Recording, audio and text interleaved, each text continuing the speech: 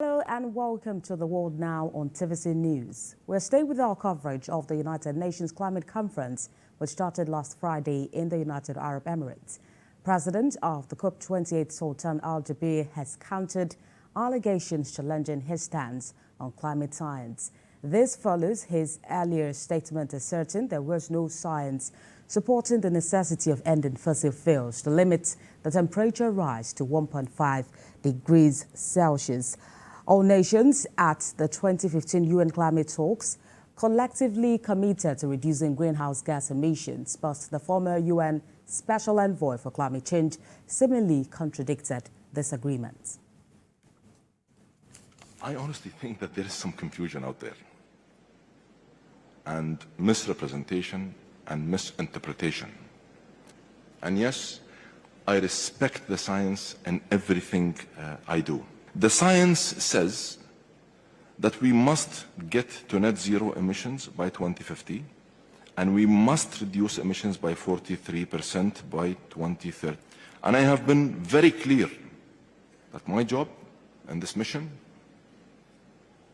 is to ensure that my North Star continues to be, and that we stay laser focused on our North Star, and that is keeping 1.5 within reach. I have said over and over that the phase down and the phase out of fossil fuel is inevitable. In fact, it is essential. And this transition is, in fact, essential.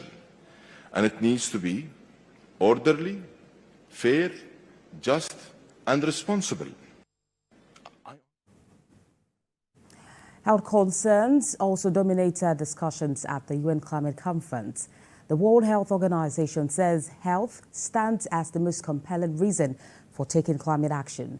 This comes as the COP28 World Health Organization and other main partners organized the first ever Health Day and a Climate Health Ministerial in Dubai. WHO Chief Tedros is calling for action to address threats to health resulting from climate change. The threats to health resulting from climate change are immediate and present.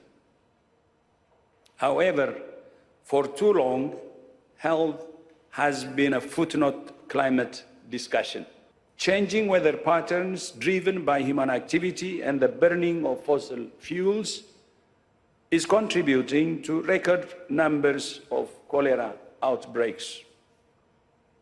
And our warming planet is expanding the range of mosquitoes which carry dangerous pathogens like dengue, chikungunya, Zika, and yellow fever into places that have never dealt with them before. And what we are trying to do is to leverage the collective power of all the partners already working on climate change and health, plus all the member states, and basically come together, share experiences, support them in accessing finance. We already have a full package of interventions, of technical support that is available to countries. But what they really are lacking now is capacity in terms of technical capacity and access to those tools, but also concrete access to the financial resources that will allow to do the investments that they need at country level.